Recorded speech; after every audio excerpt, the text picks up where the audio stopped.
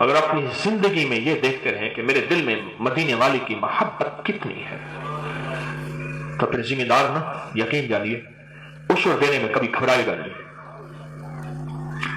ہاں میرے پاس الحمدللہ 1862 کے ڈاکومنٹ تو ہیں ہماری ذمہ داری کے، 1862 کے ڈاکومنٹ ہیں، کاغذات ہیں۔ میرا دادا، میرا پردادا، پردادے کا پردادا، ہر فرد نے زمین کا پورا علماء سے پوچھ کے تول کے عشر دیا ہے۔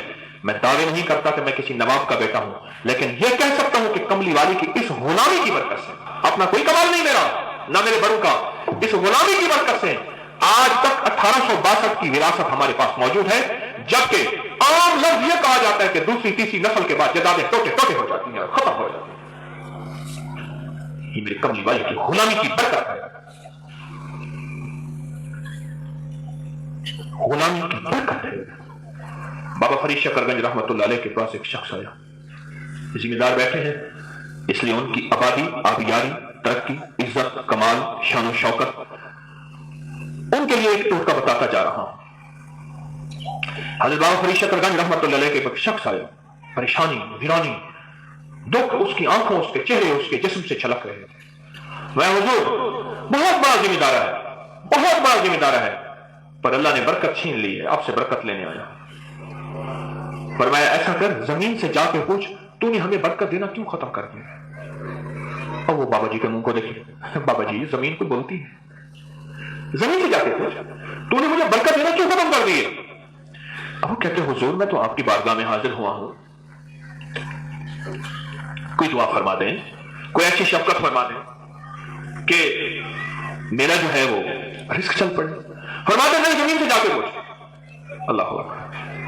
اس نے پھر کہا آپ نے آخر آپ وجدان میں آئے اور میں زمین کو جا کے میرا نام کہے، اللہ اکبر، میرا نام کہے اور اس سے کہے مجھے درویش نے بھیجا ہے، تو نے برکت کیوں چھین لی ہے، برکت کیوں چھمو لی ہے، مجھے برکت کیوں نہیں دے رہی؟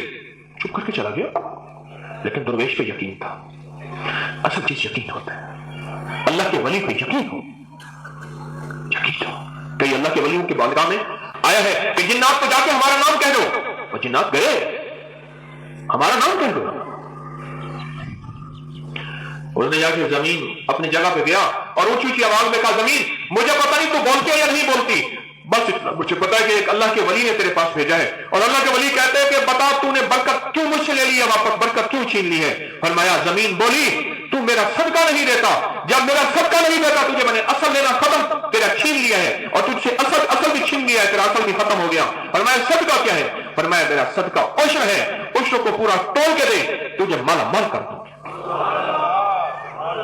فرمایا کہ جب تاجر پوری زکات نہیں دیتا اور ذمہ دار تول کے عشر نہیں دیتا، اللہ تاجر کے ذریعے قحط لاتا ہے، مہنگائیاں لاتا ہے، اور جب ذمہ دار عشر پورا نہیں دیتا پھر کیڑے، پھر سوریاں، پھر بیماریاں، پھر وہی پیسہ عدالتوں میں، کچہریوں میں، مقدموں میں، مشکلات میں، مسائل، بیماری ہسپتالوں میں لگتا ہے، اور اللہ آنکھوں سے دکھاتا ہے۔ ہمارے باغات ہیں، وہاں باغات ہیں باپ دادا پردادا کے، ہمارا بننا شریک ہے ایک ذمہ دار، اس کے 9.25 مربع اکٹھا ایک ٹوٹا ہے۔ میں ایک دم ایسے گیا، کبھی کبھی جانا ہوتا ہے، بھائی بڑے بھائی صاحب ہیں وہی نظام سارا سنبھالتے ہیں جتنے بھی ہیں، تو میں گیا نا تو مجھے بھاگتا ہوں ملنا ہے، کیا حال ہے، خیریت سے ہیں؟ آپ ملتے نہیں، کوئی دعا کر رہے ہیں کہ اللہ برکت دے دے۔ میں نے کہا میں دعا بھی کرتا ہوں، آپ جو ہے عشر پورا دینا۔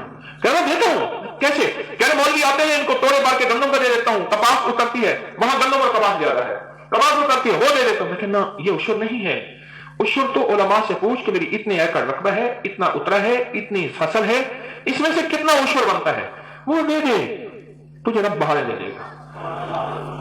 اور اس نے میری بات کی توجہ ہے، بابا کہنے کے بعد دعا کر دیں۔ میں نے کہا یہ دعا بھی ہے، یہ دوا بھی ہے۔ اچھا وہ تھریشر کے سامنے کھڑا تھا نا، ایک چھوٹا سا تنکا اڑتا ہوا آنکھ میں آ جاتا ہے، تھریشر لگا ہوا تنکا اڑتے کئی آ جاتے ہیں، اس نے آنکھ ملی، تنکا نکل گیا، تب چبھن رہ گئی۔ 2-3 دن ایسے رہا، پھر کوئی ڈراپر ڈال دیا، پھر بھی نہ گیا، پھر جہاں کے ایک بڑے ڈاکٹر کو چیک کرایا، اس نے کہا کہ وہ تنکا جو ہے اندر موجود ہے اور پھول گیا ہے، پھوسے کا تنکا ہے، پھول گیا ہے۔ اس نے جا کے اور بڑے ڈاکٹر کو چیک کرایا، آخرکار آدھا کھا گیا، انہوں نے آپریشن کیا، آنکھ ختم ہو گئی۔ یہ بات میں آج سے کوئی